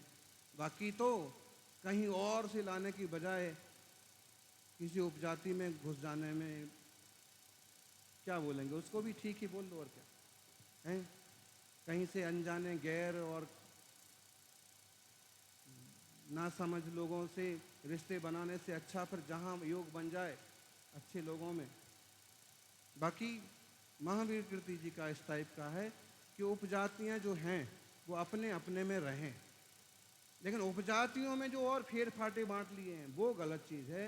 कम से कम उन सबों को तो आपस में रोटी बेटी का व्यवहार करना चाहिए। और अभी तो पूजा पद्धतियों के नाम पर भी बोले वो उसमें भी करने लगे। ओम नमोस्तु। स्वामी जी नमोस्तु नमोस्तु नमोस्तु। स्वामी जी आप जावत से विहार करके जगत की तरफ पधारे, और जगत में स्वामी जी आप नहीं पधारे। हमारे गांव में क्या शुक्र उनका उदय था स्वामी जी, आज भी हमारे गांव में ये रोज चल रहा है। स्वामी जी का चरण हमारे गांव में नहीं पड़े, इसलिए स्वामी जी कैसे इसका विस्तार किया जाए? जगत में ही है हम अनादिकाल से, तो अलग से जगत में पधारने की क्या जरूरत है? देखो अब, और फिर जैसा योग बनेगा। ओम नमोस्तु महाराज जी। हमारे सबसे पहले तीर्थंकर आदिनाथ भगवान के भगवान कौन थे? आदिनाथ भगवान के भगवान कौन थे? उस समय कर्म भूमि प्रारंभ हुई थी, उस समय मोक्ष मार्ग प्रारंभ नहीं हुआ था, इसलिए उनके कोई भगवान नहीं थे। उन्होंने विदेह क्षेत्र का ज्ञान लगाया और उसके आधार से यहाँ सारी व्यवस्थाएं चालू की, लोगों को सिखाया, और उसी के आधार से उन्होंने दीक्षा संयम का मार्ग स्वीकार करके इस जैन धर्म को इस भरत क्षेत्र में चलाया और पहले तीर्थंकर बने। उनके पहले बहुत 24 हो गई, लेकिन उनके सामने कोई उपस्थित नहीं थे। गुरुदेव के चरणों में बारंबार नमस्ते, समस्त मुनि संघ को मेरा नमस्ते नमस्ते। महाराज जी, मेरा प्रश्न ये है कि डेट में काफ़ी लोगों को मैंने अभिषेक करते हुए देखा है। कुछ लोग हाथ में घड़ी पहनते हैं, धागा बांधते हैं, मोबाइल रखते हैं साथ में अभिषेक के समय, जो कि धोती पछड़ी के साथ में बांध के रखते हैं। तो क्या ये किसी प्रकार से हमारे पाप का बंद करता है, या हमें इसे पूरी तरह से वर्जित करना चाहिए? जितना ज़्यादा त्याग, विवेक, सात्विकता, शुद्धि से पूजा और दान करते हैं, उतना ज़्यादा पुण्य होता है। इसलिए अक्सर कर हम भी मोबाइल रखने वालों से आहार नहीं लेते। लेकिन समस्या ये है कि अगर उसने दूर से आया है और अपने आधुनिक साधन उसने उधार के इधर उधर रखे और कोई वो दबा के चला गया तो भी समस्या। ऐसे में अगर वहाँ उस चीज़ का निषेध नहीं है तो उसको बंद करके भले आप रख लो, लेकिन कोशिश करो कि ना ही लाएं साथ में ऐसी चीज़ें जो मन को भटकाएं, जो अशुद्धि बढ़ाएं, ये ज़्यादा अच्छा। जैसे महुआ पार्श्वनाथ तीर्थ क्षेत्र में जो भी धागे हो, घड़ी हो, ये सारी निकाल दी जाती हैं, तो इसलिए मेरा ये प्रश्न है। धागा तो जो लाल कलावा होता है ना, ये तो बंधा रहे श्रावक को, कोई बात नहीं है, लेकिन उसको धो लेना पड़ेगा, नहीं तो 16 बिगड़ जाएगा। ऐसे ही घड़ी में भी मना करते हैं कि नहीं पहन के आओ। ओम नमोस्तु। नमोस्तु गुरुवर, नमोस्तु नमोस्तु। गुरुवर, मेरे मुंबई में मंदिर बहुत दूर है, तो उसके लिए मैं अपने बच्चों को ज्ञान कैसे दूँ? गांव में ला करके दो। और आपका बम्बई का काम जिन जिन का पूरा हो गया वो गांव में रहना सीखो। बड़े बुजुर्ग जन जो हैं वो गांव में रहो और एक दूसरे का सपोर्ट करो। एक जगह के युवकों ने बताया कि बोले महाराज जी हमारे सब बड़े बुजुर्ग गांव में रहते हैं। हमने क्या किया, एक भोजनशाला खोल दी, उसमें 2 कार्यकर्ता रख दिए और जिनको जो चीज़ की ज़रूरत होती है उनको वो भोजनशाला से मिलती है। आराम से धर्म ध्यान करते हैं, सुबह शाम भोजन पानी करते हैं और आराम से सब गांव के लोग रहते हैं, मंदिर में बैठते हैं, स्वाध्याय करते हैं। हम लोग महीने 2-4 महीने में आते हैं और सब हिल मिल के रहते हैं। तो सब आपको मुंबई में रहने की अब ज़्यादा ज़रूरत नहीं है, तो गांव में आके रहो। और मुंबई में रहते हो तो मंदिर जाओ, मंदिर नहीं जा सकते तो घर में ही उनको कुछ भी सिखाओ। ओम, बैठ जाओ। नमोस्तु। बोलो, देवियाँ ही बोलती रहेंगी। नमोस्तु गुरुदेव, नमोस्तु नमोस्तु नमोस्तु। जैन कुल में जन्म तो नहीं मिल पाया, लेकिन पुण्य की प्रबलता और आचार्य सुनील सागर जी का एक सा वरद हस्त मिला कि उसके प्रभाव से पूजन, अभिषेक, विधान, कई तीर्थों की वंदना, जैन समाज में कई सम्मान और तपस्वी सम्राट के नाम से भिंडर में जैन विद्यालय की स्थापना, गरीब बच्चों की सेवा करने का और हजारों लोगों में जैन धर्म की प्रभावना का मुझे अवसर जरूर मिला। तीर्थराज सम्मेद शिखर जी की वंदना का सौभाग्य मिला।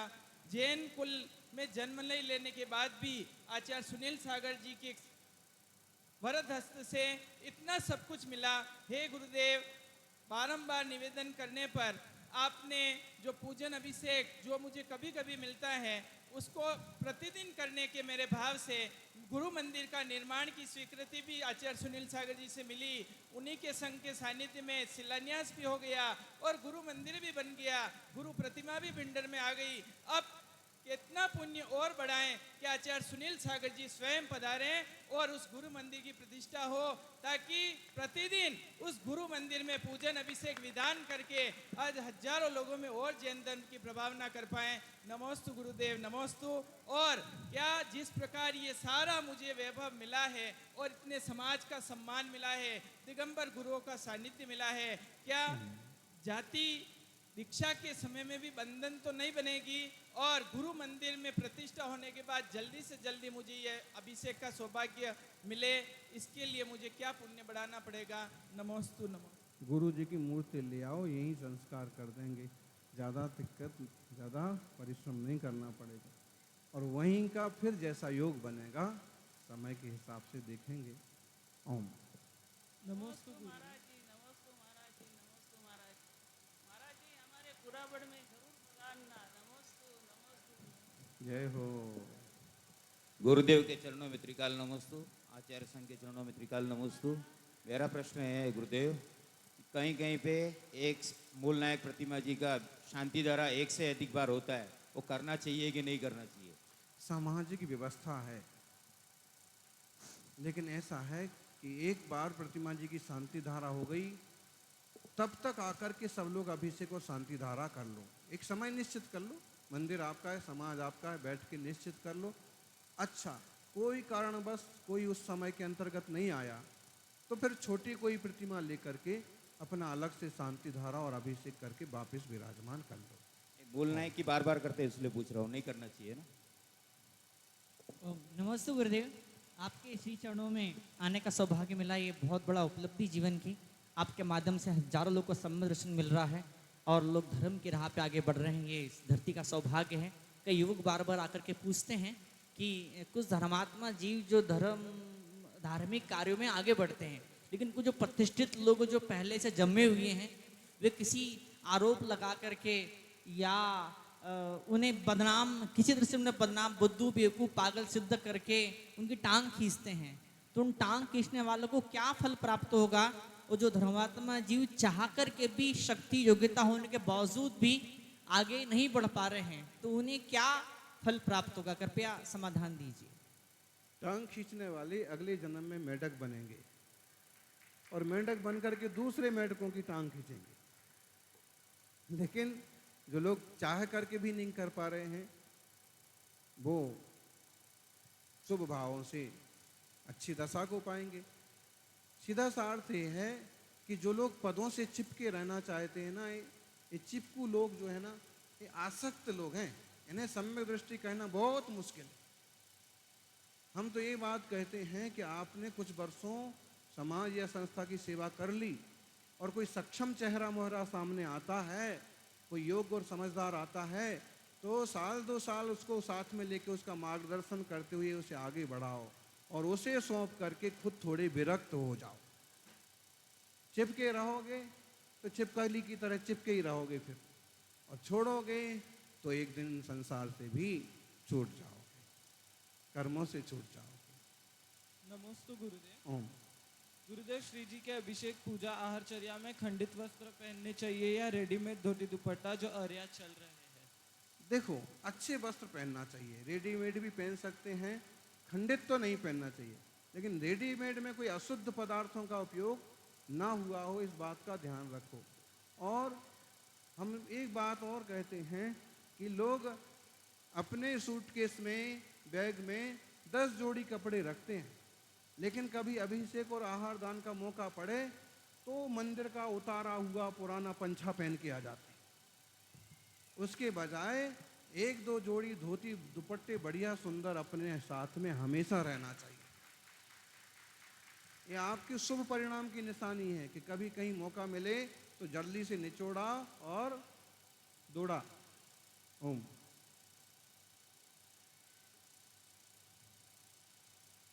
ओम। जय बोलिए आदिनाथ भगवान की। नमोस्तु गुरुवर, आपके प्रवचन सुन के और आपकी चर्या को देख के मेरा भी वैराग्य का भाव होता है, मगर संसार की ओर देख के फिर बाद में संसार में ही मैं लुप्त हो जाता हूँ। ऐसा क्यों हो रहा है? जिस तरफ का ज़्यादा मन बनता है, पहले उस इच्छा को पूरा कर लो। भाई सोदर मिंद्रो और भरत चक्रवर्ती आएंगे, अर्घ चढ़ाएंगे। सोदर मिंद्र जल्दी से आ जाओ, जिनवाणी का अर्घ ले लें, आ जाएं। जिनवाणी का अर्घ चढ़ा। जल चंदनी अक्षत पुष्प चरोचित दीप धूप अति फल्ला, पूजा कोटानत जो तुम जानत सो नर दानत सुख पाव। तीर्थंकर की ध्वनि गणधर ने सुनी, अंग रचे चुनि ज्ञानमयी, सो जिनवर वाणी शिव सुखदानी, रौवन मानी पूज भई। और एक सूचना स्पेशल देना चाहेंगे कि कल रोज की तरह गुरुदेव का मंगल प्रवचन यहीं पर 8:30 बजे शुरू होगा और कल दोपहर में 3 बजे विशेष एक भव्य आयोजन रखा गया है। जो बच्चे धर्म की राह से भटक जाते हैं, माँ बाप को भूल जाते हैं, बुढ़ापे में माँ बाप की इज्जत करना बंद कर देते हैं, तो उन युवाओं को, उन छोटे छोटे बच्चों को जैनत के संस्कार देने के लिए विशेष सुंदर एक योजना, एक अभियान गुरुदेव ने छेड़ा शुरू किया है, जैनत संस्कार शिविर। और जो बच्चियां कहीं और भटक जाती, धर्म, संस्कृति, सभ्यता, सदाचार को भूल जाती हैं, परिवार की नाक कटा देती, उन बेटियों को संस्कार देने के लिए कल बालिका संस्कार का विशेष आयोजन यहाँ पर किया गया है। पति पत्नी जो है तो पति पत्नी, लेकिन आपस में दुश्मन बन चुके एक दूसरे के, उन पति पत्नी में बहुत सारा प्रेम और संस्कार पैदा करने के लिए, जुड़ाव, लगाव पैदा करने के लिए, साथ ही साथ वो धर्म की राह पे, उसके धर्म की राह पर आगे बढ़े, उसके लिए एक दाम्पत्य शिविर का आयोजन यहाँ पर किया जा रहा है। कल दोपहर को 3 बजे गुरुदेव अपनी तपस्या और त्याग से कुछ मंत्रों को प्रदान करेंगे और अपना पवित्र हस्त उन युवाओं के, उन दंपत्ति, उन पतियों के सिर पर रखेंगे जैसे उनके सद्बुद्धि प्राप्त होगी, वो जीवन में वो वैभव ऐश्वर्य उन्हें प्राप्त होगा, वो ऊंचाइयां, वो खुशी उन्हें प्राप्त होगी जो औरों को सपने में भी नहीं मिल सकती है। वो सारी तमाम सफलताएं कदम चूमेगी। जैसे सबका आह्वान समाज के संतोष जी, वो चेतन जी, वो जो भी समाज के मुख्य मुख्य लोग हैं उनके पास अपने आप नाम लिखा दीजिए, ताकि कल आपको 3 बजे उसमें भाग लेने का सौभाग्य प्राप्त हो सके। जो बच्चे लोग हैं वे सफेद धोती दुपट्टा पहनेंगे और साथ ही मुंडन भी कराएंगे, लेकिन जो बेटियां हैं वे सात्विक वेशभूषा में यहाँ पर आएंगी। और पति पत्नी में सात्विक वेशभूषा, पति पत्नी जो रहेंगे वो कुर्ता पजामा में जब्बा लेंगे, गुजरात में कहवाए छे, तो उसको पहन करके आएंगे और इस तरह से गुरुदेव की इस पवित्र तपस्या और त्याग का एक आशीर्वाद प्राप्त करेंगे। तो कल सुबह प्रोग्राम खत्म नहीं हो रहा, 8:30 बजे मंगल प्रवचन और उसके बाद में दोपहर को 3 बजे संस्कार शिविर का एक अद्भुत, एक भव्य, एक अनूठा आयोजन होगा। तो आप जरूर आप पधारिएगा। नमस्ते। जैनत्व संस्कार के बालकों के लिए सफ़ेद धोती दुपट्टा और उनका मुंडन मंदिर के पास अभी शाम से प्रारंभ होगा, तो वो सब मुंडन वहाँ करा सकते हैं। बालिकाएं पारंपरिक सफ़ेद वस्त्र पहनेंगी और जैनत्व और जिनके दाम्पत्य जीवन के संस्कार होने हैं युवाओं के, वो सब कुर्ता धोती या कुर्ता पजामा, और जो महिलाएं रहेंगी, बहनें रहेंगी, वो अपने रंगीन वस्त्र जो पारंपरिक हैं उनको धारण करेंगी। चलिए अर्घ ले लें, जिनवाणी माता का अर्घ चढ़ाते हैं। ओम ह्रीं श्री जिन मुखोद्भव सरस्वती देवी नमः। समशरण विराजी 1452 गणदेव चरणे पे नमः। अर्घ्यम निरपामिते स्वाहा। अठ कर्म राशि के दहन हेतु अष्टक चरणों में अर्पित है। सिर वंदित अष्ट प्रवचन की माताए तुम में विकसित है। आचार्य सुनील सागर जी की यश गान ज्योत्सना सतत वै। हम शिष्यों के कल्याण हेतु आशीष आपका नित्य रहे। ओम ह्रूम परम पूज्य आचार्य गुरुदेव सुनील सागर जी महाराज चतुर्विध संघ सहित साक्षात विराजमान, तिनके चरणों में जल फलादि अर्घ्यम निरूपामिति स्वाहा। हाँ, आरती प्रारंभ होगी, उससे पूर्व की सूचना सुन ले। अभी सायंकालीन शोभा यात्रा समय पे निकली और 7:15 बजे आरती प्रारंभ करनी है, क्योंकि आज सायंकालीन कार्यक्रम बहुत ही महत्वपूर्ण और ज्यादा है। 46 दीपक से विलंब नहीं करेंगे। 46 दीपक की आरती की तैयारी करें। पहले हाथी पर प्रथम आरदाता राजा श्रेयांश प्रेम भाई मांगीला जी भणावत, दूसरे हाथी पर राजा सोम प्रेम भाई पन्नाला जी भणावत, तीसरे हाथी पर प्रातःकाल में पाद प्रक्षालन करता परिवार अशोक जी हीरालाल जी भणावत, पहली बग्गी पर सौधर्मेंद्र रेखा देवी तेजपाल जी भणावत, दूसरी बग्गी पर कुबेरेंद्र कमलाबाई दवाचंद जी भणावत, तीसरी बग्गी पर महायज्ञ नायक मंजू भाई ललित कुमार जी भणावत, चौथी बग्गी पर ईशान इंद्र रुक्की भाई बगदीला जी भणावत, और 5वीं आरती पर अभी सायंकालीन आरती करता परिवार रायचंद जी भणावत परिवार की बेटियां वो बैठेंगी।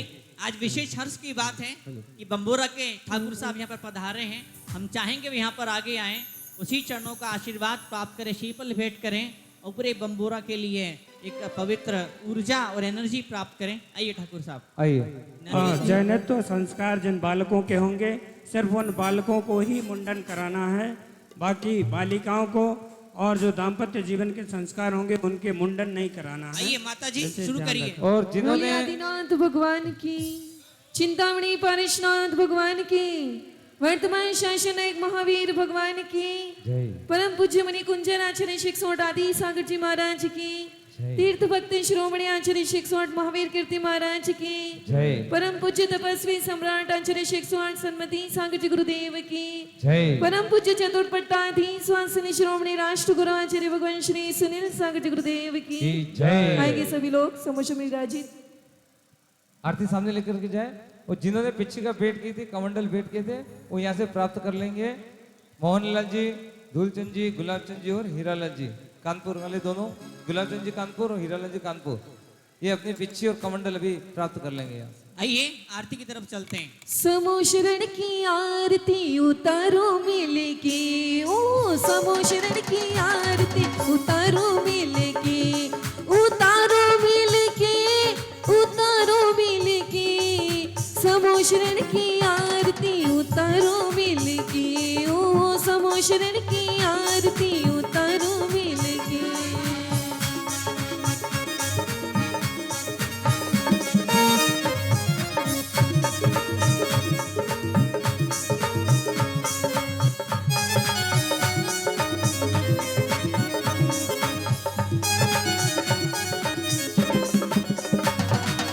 जगमग जगमग दीप जला के गुरु चरणों में आरती गा के, जगमग जगमग दीप जला के गुरु चरणों में आरती, समो शरण की आरती उतारो मिल के, ओ समो शरण की आरती उतारो मिल के। बोलिए पंच परमेष्टि भगवान की जय। यह विधि मंगल आरती कीजिए, पंच परम पद भज सुख लीजिए। पहली आरती श्री जिन राजा, भवदधि पार उतार जी आजा। दूसरी आरती सीतन केरी, सुमरन करत मिटे भव फेरी। तीसरी आरती सूर मुनीना, जन्म मरण दुख दूर करीना। चौथी आरती श्री जाया, दर्शन देखत पाप पलाया। पांचवी आरती साधु तिहारी, कुमति विनाशन शिव अधिकारी। छठी 11 प्रतिमाधारी, श्रावक वंदो आनंदकार। सातवीं आरती श्री जिनवाणी, ध्यानत स्वर्ग मुक्ति सुखदानी। सांझ सवेरे आरती कीजिए, अपनो जन्म सफल कर लीजिए। यह विधि मंगल आरती कीजिए, पंच परम पद भज सुख लीजिए। बोलिए पंच परमेष्टि भगवान की।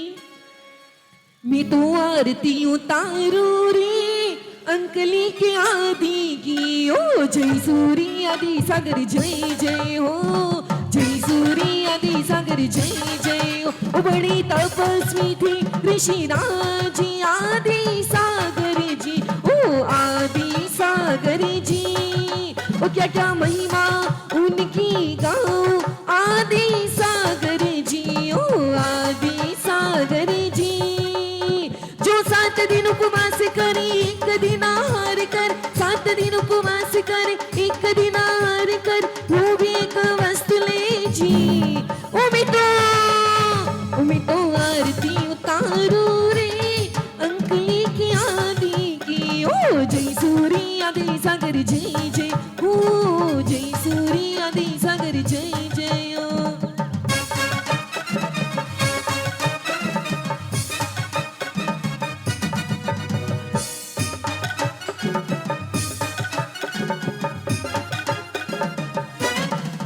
मुनि महावीर कीर्ति को बनाया पट्टाधीश, बनाया पट्टाधीश।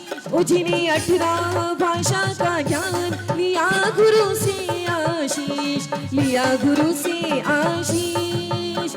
जो परिचय को सन करे, आत्म का चिंतन करे। परिचय को सन करे, आत्म का चिंतन करे। मधुमक्खी जब लिपट रही थी,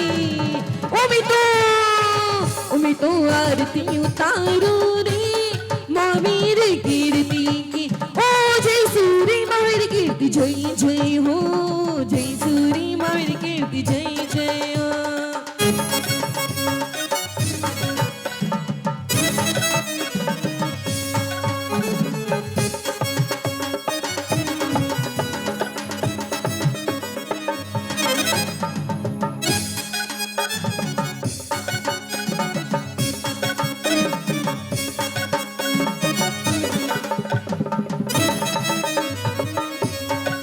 इनके शिष्य बनी निमित ज्ञानी विमल सागर जी, ओ विमल सागर जी।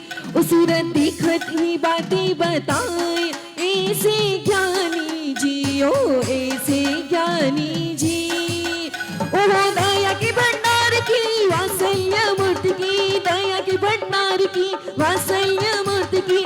आरती उतारू रे, मैं तो आरती उतारू रे, विमल सागर की। ओ जय सूरी विमल सागर जय जय हो, जय सूरी विमल सागर जय जय हो।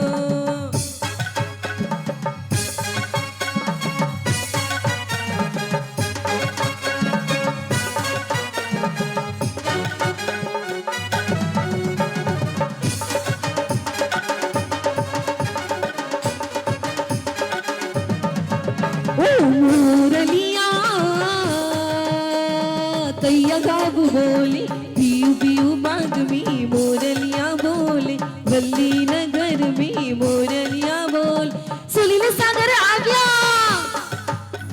प्रतिष्ठा मोस्कराया हाँ भाई हाँ इनके शिष्य बने ऋषिराज सनमति सागर जी, ओ सनमति सागर जी। ओ क्या क्या महिमा उनकी गाओ, तपस्वी साधु जी, तपस्वी साधु जी। जो अन्य रस त्याग करे मट्टा जलाहार करे, अन्य रस त्याग करे मट्टा जलाहार करे, इंद्र विजेता ज्ञानी की मैं तो आरती उतारू रे सन्मति सागर की। ओ जय सूरी सन्मति सागर जय जय हो, जय सूरी सन्मति सागर जय जय हो, जय हो। ओ मेरा पद सुनील सागर को दे बताया संगपति को, बताया संगपति को। जो प्राकृत भाषा में रचते ग्रंथों को, रचते ग्रंथों को। जो प्राकृत में उपदेश देते भव्यों का उतार करते, प्राकृत में उपदेश देते भव्यों का उतार करते, होने से रहते जो वो मैं तो आरती उतारू रे सन्मति सागर की। ओ जय सूरी सन्मति सागर जय जय हो, जय सूरी सन्मति सागर जय जय। बोलिए परम पूज्य चतुर्पट्टाधीश स्वामी शिरोमणि राष्ट्र गुरु आचार्य भगवान श्री सुनील सागर जी गुरुदेव की। सुनील सागर गुरुदेव की करो आरती, करो आरती। सुनील सागर आचार्य देवा आए हैं चरणों में हम दो चरणों की सेवा।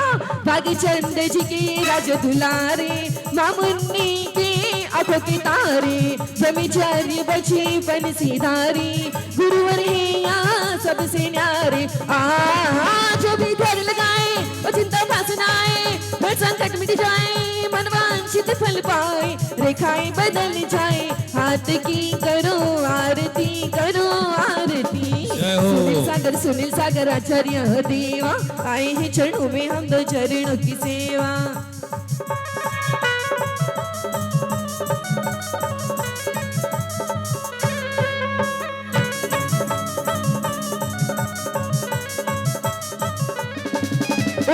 बरुआ सागर जस जिले में जिनेश्वर दीक्षा लीनी, सन्मति गुरु के कर कमलों से मायर जयंती पतित पावनी। आदि गुरु के वंशज महावीर के थे समो, 36 गुण दत्ते पट्टाचार्य बनाकर समाधि गुरु ने साध ली, करो आरती, करो आरती। ओ सुनील सागर आचार्य देवा आए हैं चरणों में हम दो चरणों की। ओ जयकारा गुरुदेव जय गुरुदेव।